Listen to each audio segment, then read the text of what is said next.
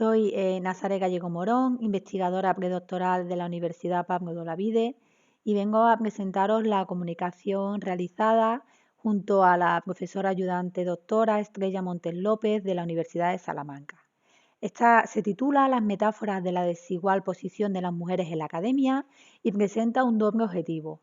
Por un lado, se pretende visibilizar la permanente desigualdad histórica de las mujeres en la educación superior y por otro lado, presentar las metáforas utilizadas en la literatura en el estudio y análisis de la cuestión desde una perspectiva crítica. En primer lugar, a modo de introducción, se va a contextualizar brevemente el papel de la mujer en la historia de la educación en España. Encontramos cómo el acceso de esta a los estudios universitarios se remonta a finales de la Edad Media. Sin embargo, muy pocas mujeres pudieron acceder a ellos. Además, lo hicieron durante un periodo muy breve. Desde entonces y hasta el siglo XIX no hay presencia femenina en el ámbito universitario.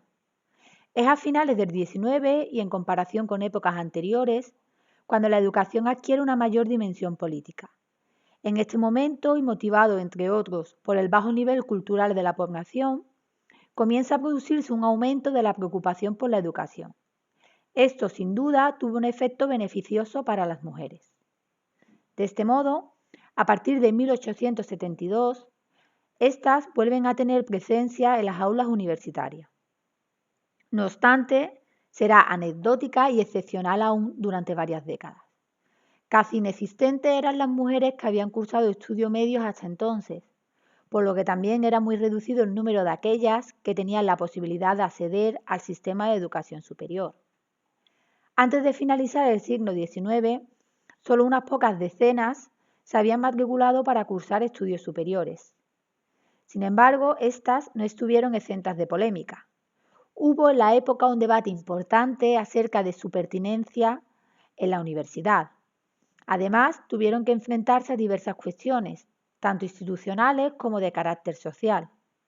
Por un lado, desde el punto de vista institucional, una de las principales limitaciones en aquel momento estaba relacionada con la necesidad de obtener permisos para poder continuar sus estudios. Cada aspirante femenina necesitaba la autorización tanto paterna como por parte de la autoridad académica pertinente. Por otro lado, y desde el punto de vista social, estas mujeres tuvieron que enfrentar situaciones difíciles. Estas eran consideradas, como afirma Consuelo Flecha, provocadoras involuntarias de las potenciales alteraciones del comportamiento masculino. Consecuentemente, comenzó a organizarse la vida académica de modo que la presencia perturbara lo menos posible el orden universitario y a los varones.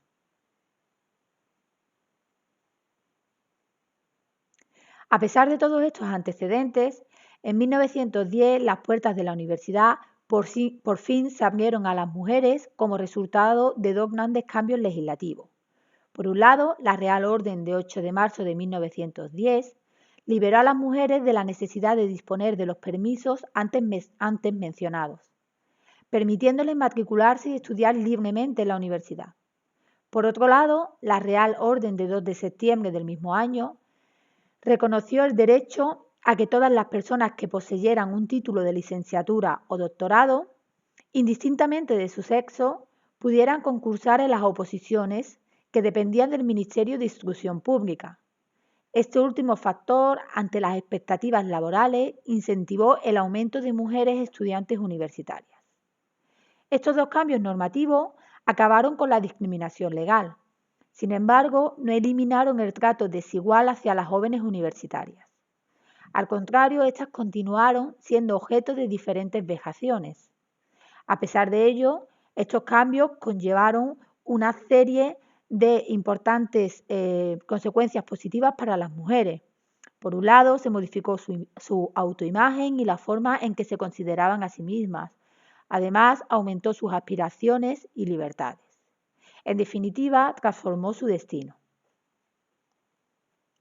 Desde la década de los 80, la incorporación de las mujeres a la universidad, tanto como estudiantes como profesoras, ha sido masiva, Podemos observar en la imagen la evolución de la participación femenina en el profesorado docente investigador de las universidades públicas españolas, desde el curso 1998-99.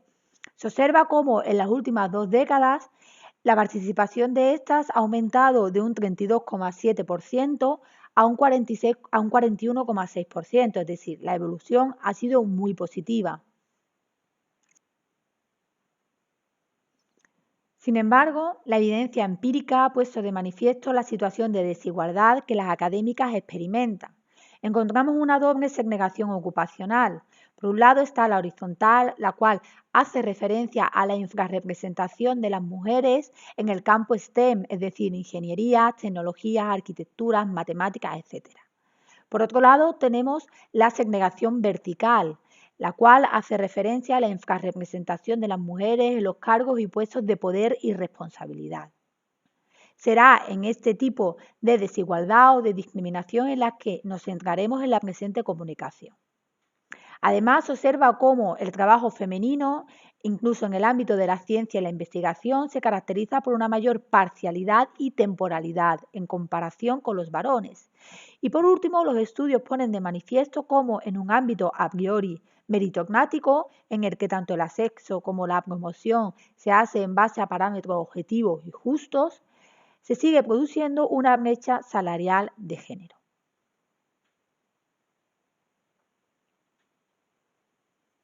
Desde finales de los 70 han sido muchas las metáforas que se han utilizado para tratar de representar los problemas a los que se enfrentan las mujeres en el ámbito laboral cuando quieren acceder a las posiciones más altas. De esta manera encontramos metáforas como el techo de cristal y el suelo pegajoso, la tubería que gotea o el laberinto de cristal, de más reciente uso. A continuación, nos vamos a centrar en desarrollar cada una de estas. Para ello, se acompañará de los datos que muestran de manera objetiva la realidad de las mujeres docentes e investigadoras en el sistema universitario público español. Además, se pondrá de manifiesto las críticas que han recibido por parte de la literatura. Probablemente la metáfora más utilizada haya sido la del techo de cristal, desde que se acuñara el término a finales de los 80. Aunque inicialmente comenzó utilizándose en el ámbito de las grandes empresas, su uso se ha expandido al resto de organizaciones. La definición de Morrison es la más conocida y utilizada, incluso fuera del ámbito académico.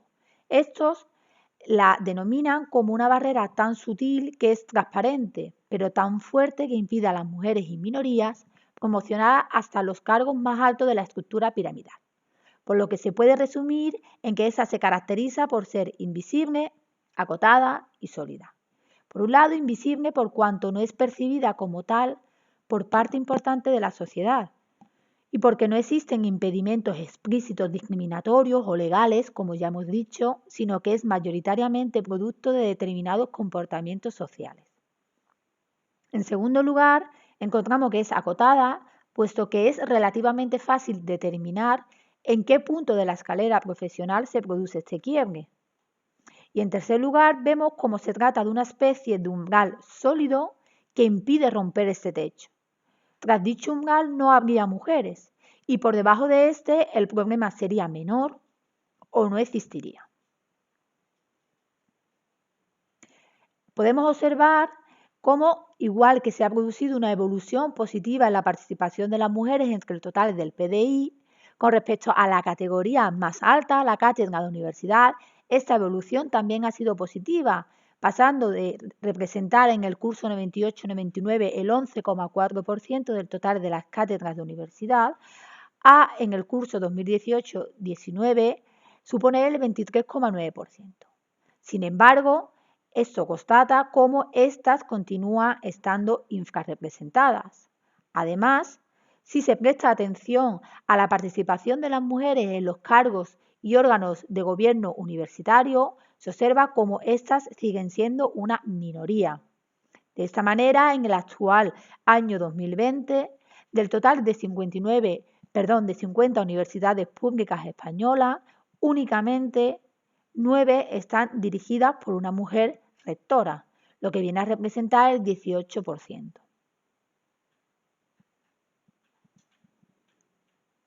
En segundo lugar, y muy relacionado con la anterior metáfora, encontramos la imagen del suelo o los suelos pegajosos. Esta hace referencia a la mayor acumulación de mujeres en las categorías laborales y ocupaciones con menores salarios, prestigio, responsabilidad y perspectivas de futuro. Metafóricamente es como si existiera un suelo que las atrapa y les impide promocionar.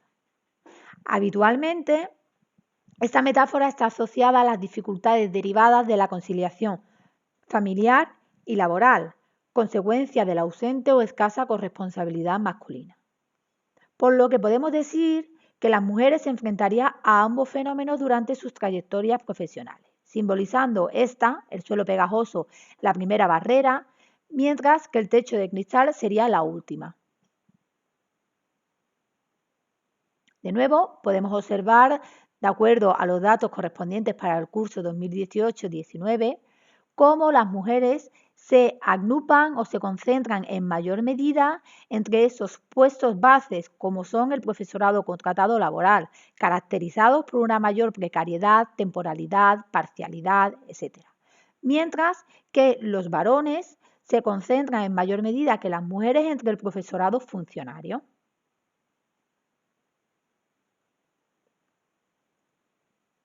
En tercer lugar, encontramos la alegoría de la tubería que gotea o también llamada tubería agujereada o tubería que pierde. Esta hace referencia a la continua pérdida de mujeres cualificadas a lo largo del proceso de promoción y ascenso en la carrera laboral.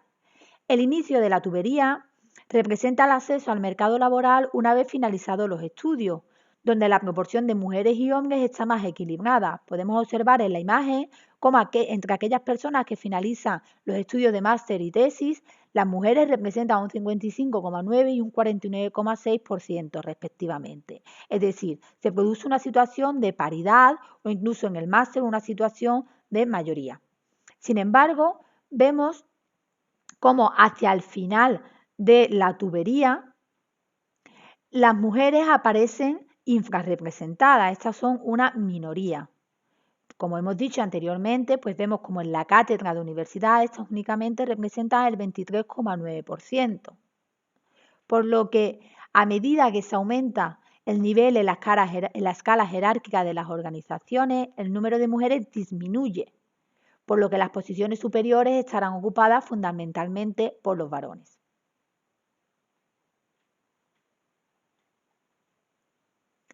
Observamos cómo la realidad no es tan simple. Aunque por una cuestión práctica se mantienen las denominaciones originales de estas metáforas, es decir, del techo de cristal, suelo pegajoso, de la tubería que pierde, su interpretación se ha extendido más allá de la literalidad y se encuentran distintas críticas.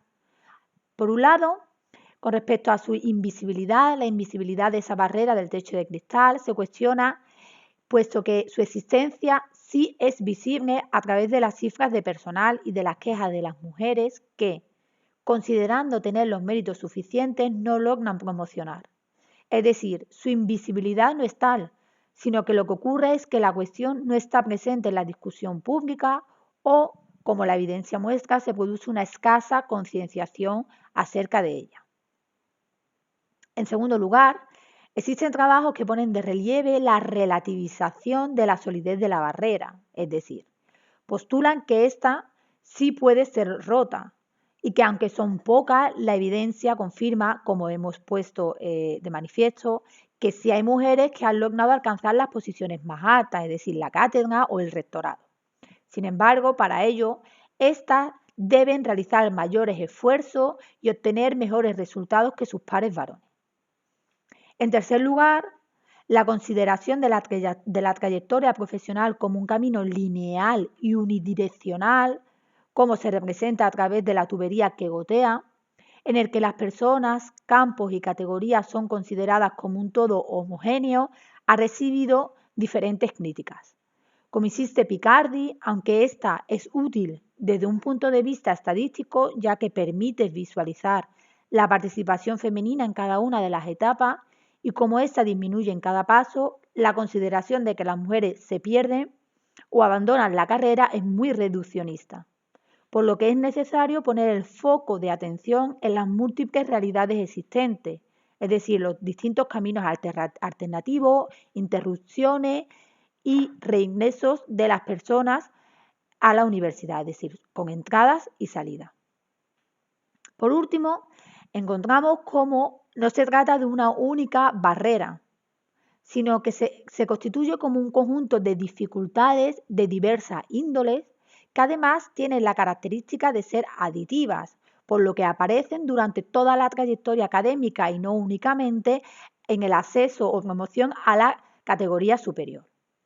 Por lo que no se presenta como un camino único, bloqueado, acotado y fácil de identificar, sino que existen distintos caminos que no conducen a la cima.